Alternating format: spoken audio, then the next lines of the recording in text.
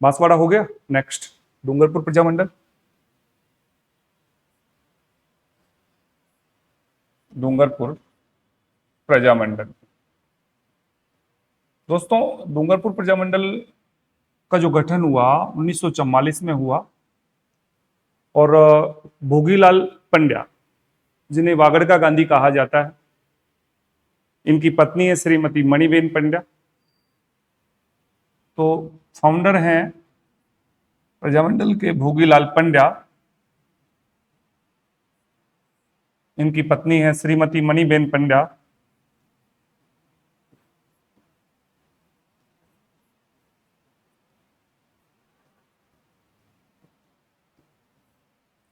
भोगीलाल पंड्या को वागड़ का गांधी कहते हैं दोस्तों, वागड़ का गांधी।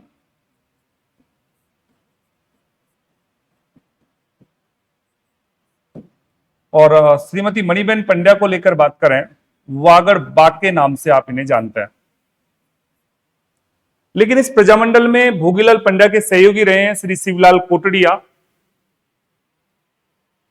इस प्रजामंडल का जो पहला अधिवेशन हुआ उसमें मोहनलाल सुखाड़िया ने भी भाग लिया, हरदेव जोशी ने भाग लिया, हीरालाल शास्त्री ने भाग लिया और एक जबरदस्त तरीके से डूंगरपुर यानी वागड़ अंचल में एक जबरदस्त क्रांतिकारी कदम उठाया भोगीलाल पंड्या ने। और आज इनके नाम से डूंगरपुर में जो उच्च, मैं कहूं स्नातकोत्तर पीजी जो महाविद्यालय, वो इनके नाम से, भोगीलाल पंड्या स्नातकोत्तर महाविद्यालय इनके नाम से ही है। तो सबसे महत्वपूर्ण बात यह है इनकी, डूंगरपुर में दो बातें होती हैं साथियों। शिवलाल कोटड़िया इनके सहयोगी हैं, याद रहे आप लोगों को, शिवलाल कोटड़िया।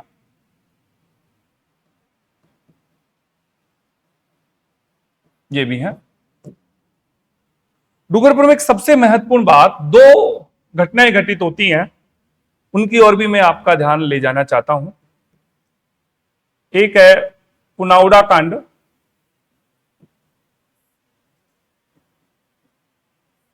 और एक है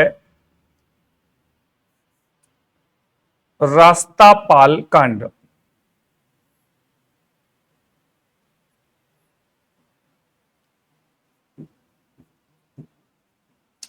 पुनाउड़ा कांड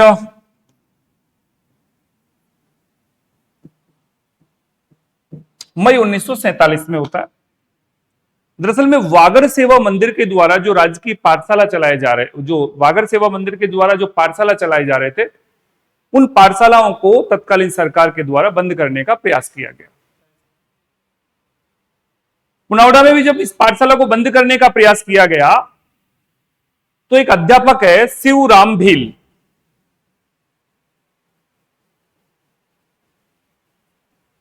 शिवराम भील ने पाठशाला को चालू रखा और उसका परिणाम यह हुआ कि शिवराम भील की निर्ममता के साथ में पिटाई की गई, जबरदस्त तरीके से महारावल के लोगों ने। और मैं आपको फिर बता दूं कि डूंगरपुर स्टेट एक ऐसा स्टेट था जिसने शिक्षा पर प्रतिबंध लगाया, यह भी बात आती है। दूसरा एक रास्तापाल कांड 19 जून 1947, वही वागड़ सेवा मंदिर के द्वारा जो पाठशालाएं संचालित किए जा रहे थे, उनमें रास्तापाल गांव है और उसमें स्कूल संरक्षक है नाना भाई खाट।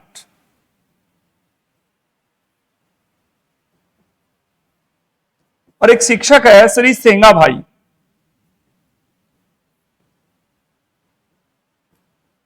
ये लोग दरअसल में पाठशाला संचालित कर रहे थे। ये लोग जब पाठशाला संचालित कर रहे थे तो महारावल के कर्मचारी यहां पे पहुंचते हैं, रियासती तत्व यहां पे पहुंचते हैं, नाना भाई खाट के साथ मारपीट की गई, नाना भाई खाट को मौत के घाट उतारा गया। और जब सेंगा भाई बोलने लगा तो सेंगा भाई के साथ जबरदस्ती मारपीट की गई और सेंगा भाई को ट्रक से घसीट कर ले जाने लगे। और जब श्री सेंगा भाई को ट्रक से घसीट कर ले जाने लगे तो एक 13 वर्षीय भील बालिका कालीबाई ने जब देखा कि उनके गुरुजी को रियासती लोग ट्रक से घसीट कर ले जा रहे हैं तो उन्होंने अपने हाशिए से उसकी रस्सी काट दी कालीबाई को गोलियों से छलनी कर दिया गया। 3 दिन तक कालीबाई तड़पती रही और 21 जून 1947 को कालीबाई ने डूंगरपुर के लिए, राजस्थान के लिए, भारत के लिए शहादत दी। शिक्षा में क्रांति लाने का काम वागड़ सेवा मंदिर का था। कालीबाई इतिहास में अमर हो गई।